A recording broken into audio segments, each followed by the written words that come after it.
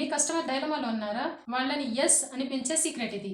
సేల్స్‌లో అత్యంత సాధారణమైన ప్రతిస్పందన. ఏంటో తెలుసా?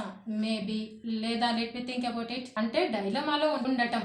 అంటే కస్టమర్ పూర్తిగా యెస్ అని చెప్పడం లేదు, అదే విధంగా నో అని చెప్పడం లేదు. ఇది మీకు ఒక ఆపర్చునిటీ. సరైన విధంగా హ్యాండిల్ చేస్తే నోని యెస్‌గా మార్చే ఛాన్స్ ఉంటుంది. కస్టమర్‌ని ఒత్తిడికి గురి చేయకుండా అతనికి హెల్ప్ చేస్తూ మేబీ అని డైలమాలో ఉన్న వారిని యెస్‌గా మార్చడం ఎలాగో తెలుసుకుందాం. కస్టమర్ డైలమాలో ఉంటే వారికి ఖచ్చితంగా ఒక కారణం ఉంటుంది. ఆ కారణాన్ని తెలుసుకోకపోతే మీరు ఎంత మంచి ఆఫర్ ఇచ్చినా అతను యెస్ అని చెప్పడు. కస్టమర్‌ని క్వెషన్స్ ద్వారా మాట్లాడించి అతని అసలు ఆలోచన ఏంటో తెలుసుకోవాలి. యెస్ చెప్పడానికి అవసరమైన నమ్మకాన్ని, ట్రస్ట్‌ని పెంచాలి. మేబీ అంటే కస్టమర్ ఇంకా 100% నమ్మకం పెంచుకోలేదు అని అర్థం.